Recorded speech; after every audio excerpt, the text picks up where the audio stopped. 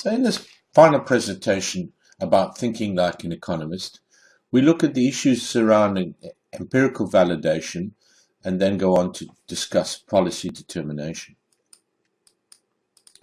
We saw that when we modified our theory to produce a curvilinear relationship between the hours of study and final exam marks, we still came to the conclusion that the more time students spend studying, the greater the gain in exam marks, but that there are diminishing returns to that study.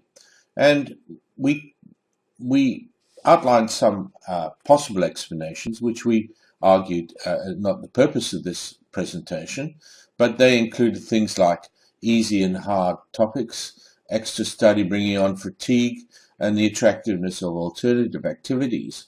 And we reminded ourselves that there are ceteris paribus conditions which can shift or change the nature of the slope of the relationship.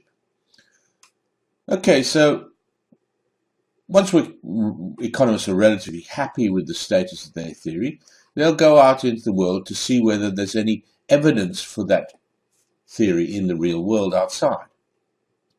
And the way they do that is to, in this particular case, is to survey the students about their study practices and habits, and then correlate them with their final exam marks. So, for instance, here we have a dot of a student who did about 5 3/4 hours of study, and they gained 40%.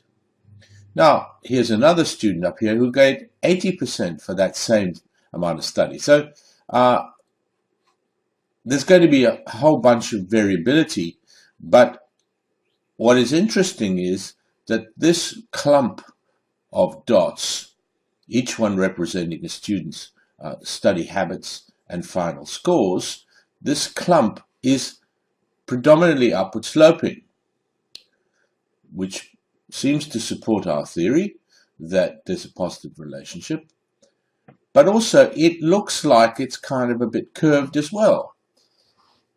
So how can we establish the validity of this? Well, we use statistical techniques and we put in a line of best fit. And this line is going through the middle of that set of points.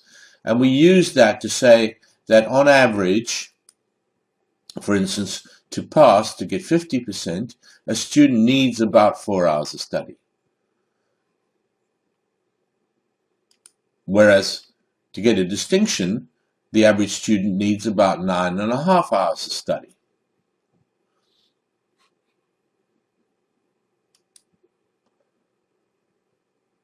Now we have both a theory, which we have explained, and a test to validate that theory.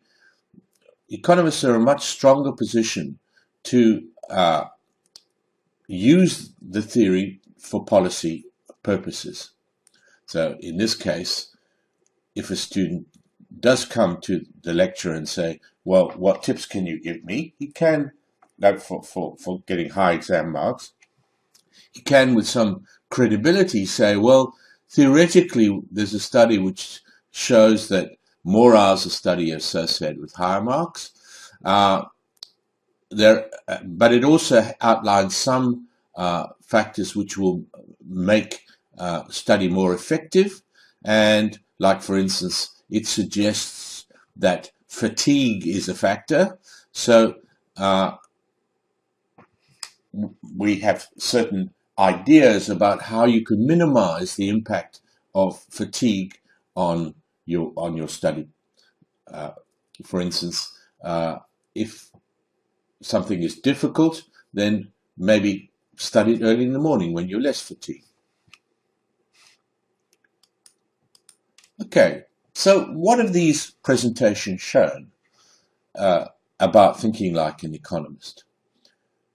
Firstly, because the world around us is full of complexity and the relationships we're trying to explain are complex relationships, we use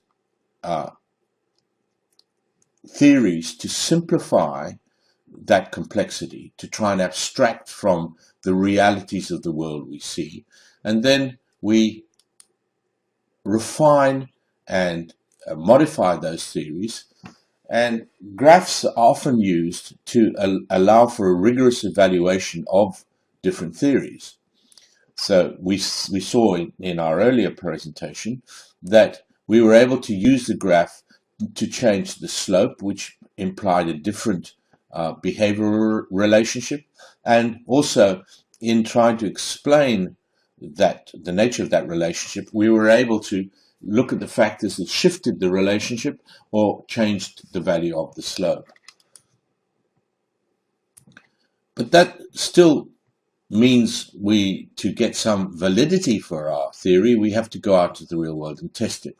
And we saw that economists do this through statistical techniques, which have increased as computers have become more powerful. These statistical techniques have become much more reliable as ways of validating our theories. And then once all of that's done, we're in a more credible position to formulate policy relating to those theories.